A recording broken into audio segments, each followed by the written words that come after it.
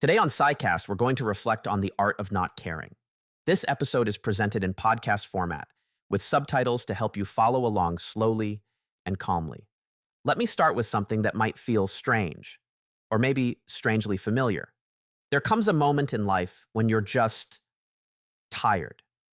Not because you've done too much, but because you've cared too much. You cared about what they would think. You cared about getting it all right. You cared about proving yourself, fixing everything, being liked, being perfect, being safe. And suddenly, something in you breaks. Or maybe it's not a break. Maybe it's a quiet collapse. A surrender not out of defeat, but of exhaustion, of truth. And here's the part no one tells you. When you finally let go, things start to fall into place. You stop pushing and the doors open.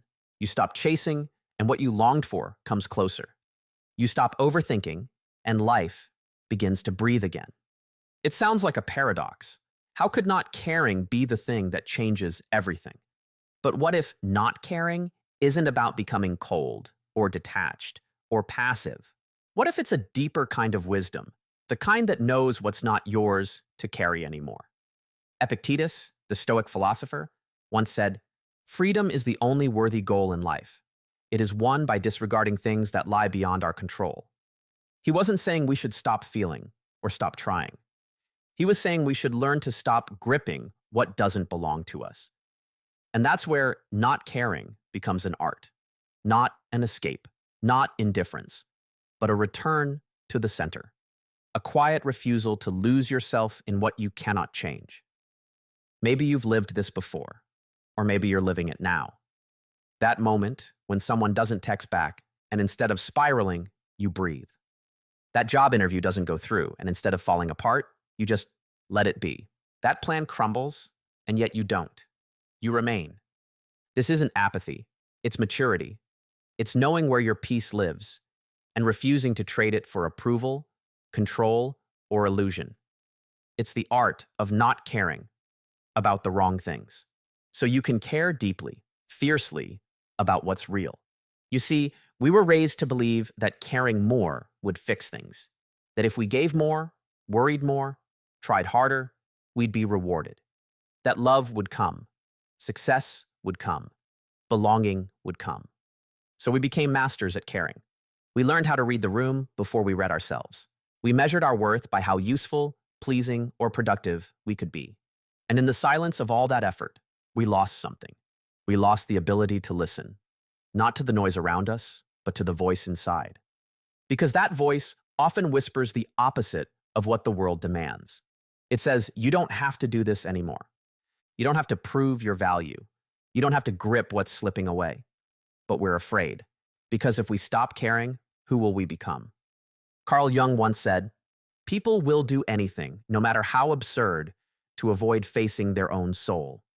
And sometimes, obsessing over what's outside, what they think, what might happen, what we can't control, is our way of avoiding what's inside. Because if we were honest with ourselves, we'd admit we're tired of performing, tired of chasing, tired of pretending to be fine. So, what does it mean to not care, truly, deeply? It means refusing to let your inner world be hijacked by things that are not yours. It means learning to stand in the storm without bending in every direction just to be accepted. It means letting go, not as a loss, but as a return to your center, to your stillness, to the small, quiet knowing that your worth isn't something to be earned. It's already there. Maybe no one told you this before, but not everything is your battle. Not every silence needs to be filled. Not every misunderstanding needs to be fixed. Sometimes, peace comes not from solving, but from allowing. Allowing things to unfold without interference. Allowing people to misunderstand you without endless explanation. Allowing the day to not go as planned and still be okay. This is the art we were never taught. The art of releasing control without losing care. The art of not gripping life so tightly that it slips right through our hands. The art of not caring, not because nothing matters, but because you finally learned what does. There's something paradoxical about letting go. At first, it feels like a loss, like you're giving up, like you're walking away from something that once meant everything. But slowly, subtly, you begin to notice the space that opens up when you're no longer gripping something that was never meant to be held so tightly. That space, that silence, it's not emptiness. It's the beginning of freedom. Letting go doesn't mean detaching from life. It means detaching from the illusion that you can control it all. It means releasing the belief that your worth depends on outcomes, relationships, or the opinions of others. It means no longer trying to curate a version of yourself just to be accepted by people who never really saw you in the first place. It's strange how we spend years polishing masks for audiences we don't even trust, all because we were never taught how to be enough as we are. And so, we become exhausted, not by life itself, but by the weight of trying to hold it all together. The art of not caring is the quiet act of putting some of that weight down. It's choosing peace over performance, presence over perfection, integrity over image. And in that choice, something softens, something shifts, because now you're not reacting from fear. You're not chasing out of lack. You're moving from stillness, responding from enoughness, living from center. I once read a line from Edith Eger that stayed with me. She wrote, "We can't choose what happens to us, but we can choose what we do with it." That choice, that subtle, internal pivot, is where the art lives. You begin to see that your energy is sacred, and not everything deserves a response. Not every invitation needs acceptance. Not every storm requires you to step outside. Some days, the bravest thing you can do is sit still and not engage. Some days, not caring is how you care for yourself. We often confuse peace with passivity, as if stepping back is the same as giving up. But sometimes, stepping back is the wisest, most powerful move. It says, I trust life enough not to interfere. And this is hard, especially if you were raised to believe that control equals safety, especially if you learned early on that love was conditional, especially if your worth was built on how much you could offer, how well you could adapt, how little space you could take. But maybe now you're allowed to unlearn all of that. Maybe now you're allowed to care differently, to care inwardly, silently, slowly. The art of not caring doesn't mean you stop loving. It means you stop leaking. You stop giving parts of yourself away to things that drain you. You stop over-explaining your heart to people who aren't listening. You stop fighting for places where your soul never felt at home. And in that stillness, in that refusal to abandon yourself, life begins to show up in unexpected ways. You realize you were never meant to chase what was real, because what's real doesn't run. There's a beauty in becoming invisible to what no longer feeds you. Not in the sense of disappearing, but in the quiet realization that you don't need to be seen, understood, or validated by everyone. That's when something ancient in you begins to rest. When you stop fighting to be enough, you realize you always were. And it's here, in this place of internal solidity, that the world begins to feel less like something to conquer and more like something to be with. People might not notice this shift in you. It's not loud. You'll still show up, still love, still do your work. But something fundamental has changed. You're no longer waiting for the world to hand you a permission slip to breathe. You're no longer auditioning for roles in other people's stories. You're not performing joy. You're not forcing presence. You're simply here. And maybe that's what this whole journey is about. Not becoming more, but returning. Returning to the part of you that was never broken, never insufficient, never too much or too little. The part that was always whole, even when the world taught you otherwise. Epictetus said, "It's not what happens to you, but how you react to it that matters." And that reaction begins not with effort, but with space. The space to choose presence over panic, detachment over control, stillness over spiraling. When you practice the art of not caring, people might misunderstand you. They might say you've changed. They might call it coldness, selfishness, distance. But what they don't see is that this is the first time you're actually choosing yourself without shame. What they interpret as apathy is actually self-preservation. What they call detachment is really discernment, the ability to know what deserves your energy and what no longer does. And here's the irony.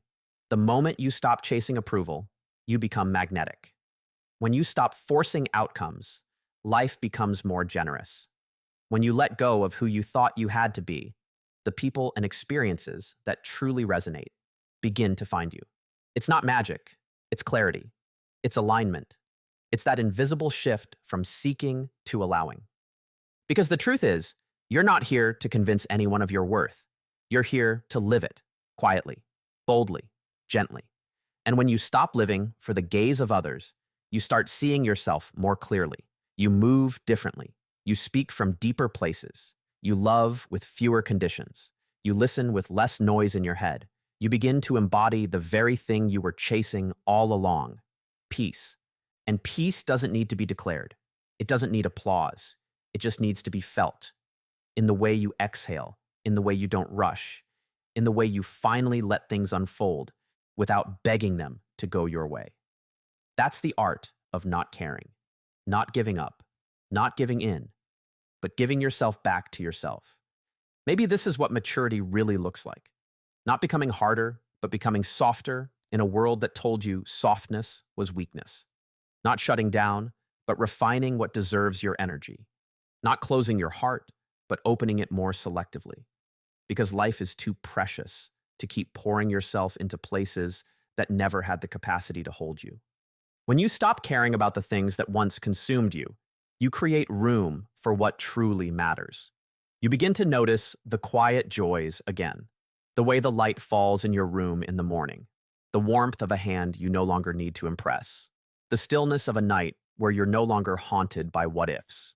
You begin to realize that so much of your anxiety was rooted not in reality, but in resistance, in trying to control what was never yours to hold. And here's the most beautiful part. When you master the art of not caring, you don't care less. You care better.